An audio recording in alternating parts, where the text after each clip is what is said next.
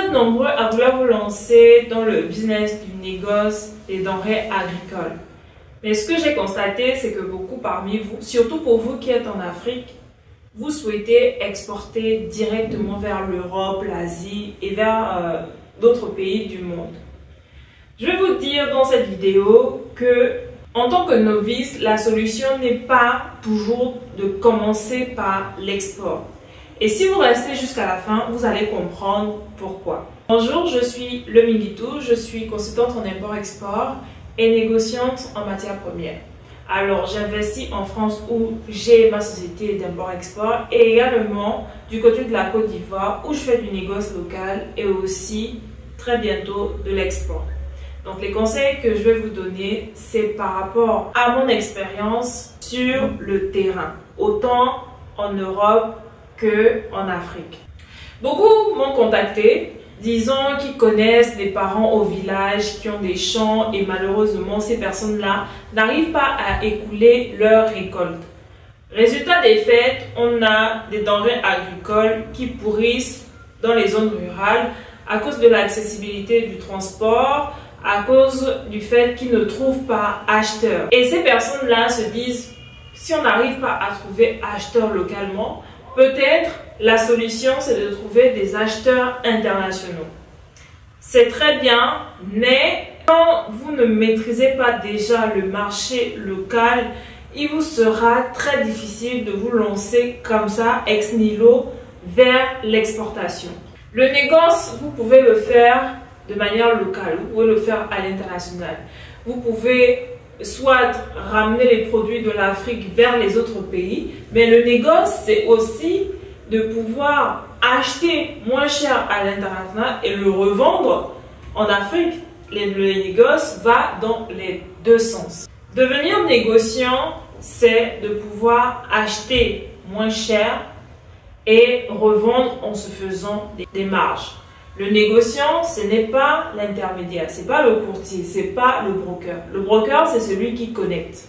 Donc, si vous n'avez pas de l'argent, si vous n'avez pas de capital et que vous êtes en Afrique, mon conseil, commencez par faire de l'intermédiation commerciale pour gagner d'abord des commissions.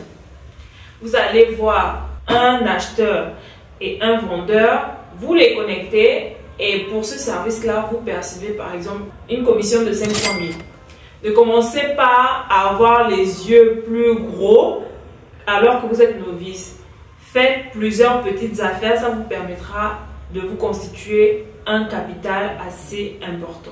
Si dès la base, vous avez un capital de 200 000, vous pouvez commencer à faire du négoce sur des spéculations qui ne demandent pas un gros investissement dès le départ. Les produits maraîchers, les produits vivriers, etc. N'attendez pas d'avoir d'abord des millions pour commencer à apprendre à faire du négoce de manière locale.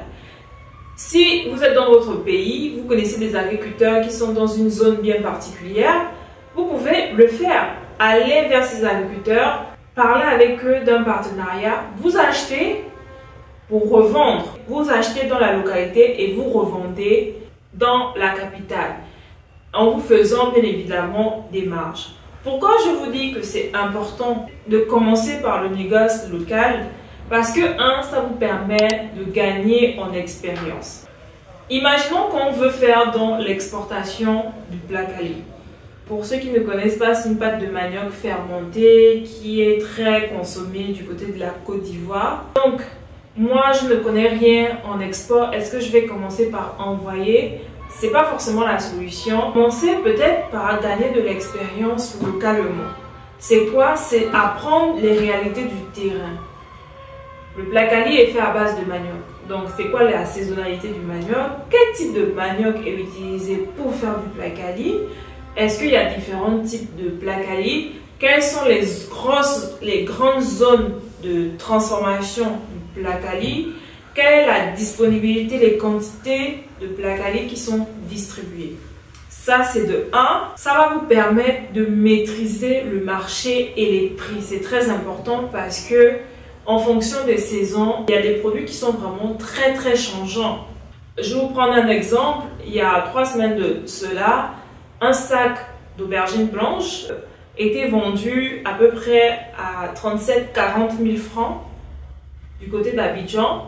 Mais aujourd'hui, le même sac, 3 semaines après, vaut 13 à 16 000 francs.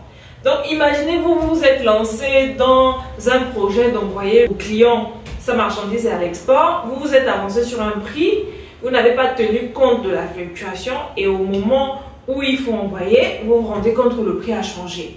Donc c'est pour ça que je vous dis, avant de penser à envoyer, commencez à faire du local. Vous achetez bord champ et vous revendez à la ville. Ça va vous permettre également de constituer un réseau d'approvisionnement solide. C'est la grosse problématique quand on fait du négoce en Afrique et qu'on n'est pas soi-même producteur, qu'on n'est pas soi-même transformateur, que l'on fait l'achat pour la revente. La problématique, c'est la disponibilité du produit. Vu qu'on n'a pas nous-mêmes le produit, on compte sur les producteurs, les agriculteurs ou les transformateurs pour acheter le produit. Donc, si vous n'avez pas un réseau d'approvisionnement solide, des partenaires fiables et loyaux vis-à-vis de vous, au moment où il s'agira d'envoyer la marchandise, vous n'aurez pas la marchandise parce que quand vous allez aller voir les partenaires, ils vont vous dire « Ah oui, mais finalement, j'ai vendu à quelqu'un d'autre. » Donc, c'est très important d'avoir des partenaires solides.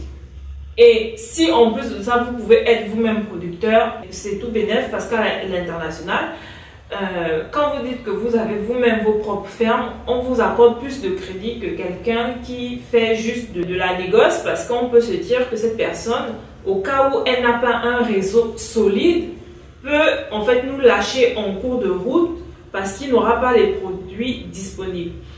Donc, commencez par le négoce local, retenez, ça va vous permettre d'avoir des partenaires sûrs, d'avoir un circuit d'approvisionnement fiable pour toujours satisfaire la demande de vos clients internationaux. Troisièmement, je vous dis de commencer localement avec vos moyens pour gagner de l'argent et apprendre à vendre. Si vous arrivez à vendre localement, ça va vous faire des références, ça va vous faire de l'expérience. Vous aurez la maîtrise. Et face à un acheteur à l'international, vous saurez avoir des arguments lors de la discussion. Vous allez dire, j'ai livré telle usine. Ça fait 2 ans que nous avons l'habitude d'aller acheter. Nous savons que la saisonnalité des produits, c'est de juin à août. Donc, si vous voulez acheter avec nous, c'est à partir de telle période que vous devez faire vos commandes. Donc, la troisième chose, c'est que quand vous faites du négoce local, ça vous permet de gagner de l'argent. Pourquoi? C'est important parce que quand vous allez passer à l'international, il faut financer les opérations. Et si vous n'avez pas des lignes au niveau de votre compte bancaire qui montrent qu'il y a quand même des entrées, des sorties, que vous fructifiez de l'argent, si par exemple vous voulez recourir à un prêt bancaire pour financer vos opérations d'export, la banque elle va vous dire, moi je ne vous connais pas, je ne sais pas depuis quand vous traitez, je ne connais pas qui sont vos références, je ne connais pas qui est votre client. Elle sera un peu hésitante à financer votre opération à l'international par exemple. Gagner de l'argent c'est important, ça vous permet de solidifier votre entreprise et quand vous allez à l'export, vous aurez beaucoup plus d'assises financières pour pouvoir acheter la marchandise, la stocker et ensuite l'expédier à l'export. Donc, c'est là mon conseil. Pour commencer, vous n'avez pas nécessairement besoin des millions. Commencez avec le capital que vous avez. Moi, je connais de grands commerçants, de grands négociants avec qui j'ai discuté, qui à la base ont commencé avec 50 000, 100 000 et ils ont pu fructifier au fur et à mesure. Commencez à votre échelle. Choisissez une spéculation qui ne vous coûtera pas nécessairement cher à l'achat. Vous commencez à faire des petites transactions, achat, revente, en tenant compte bien évidemment des fluctuations du marché pour éviter de faire de très grosses pertes. Et ensuite, quand vous avez une maîtrise du marché local, vous pourrez à ce niveau facilement vous lancer d'un point de vue international. C'était là mes conseils que je voulais donner à mes frères et à mes sœurs qui souhaitent se lancer dans le négoce.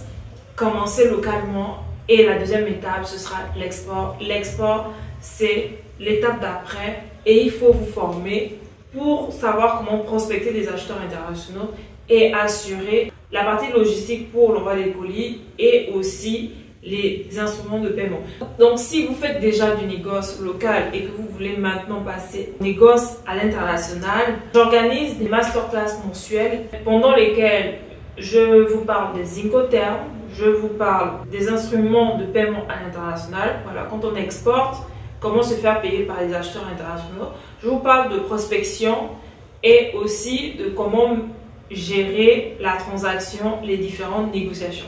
Donc si ça vous intéresse, je mets un lien en description et je serai ravie de vous compter parmi nos apprenants. Merci de m'avoir suivi. Comme d'habitude, avant de partir, likez et partagez et je vous dis à très bientôt pour une prochaine vidéo.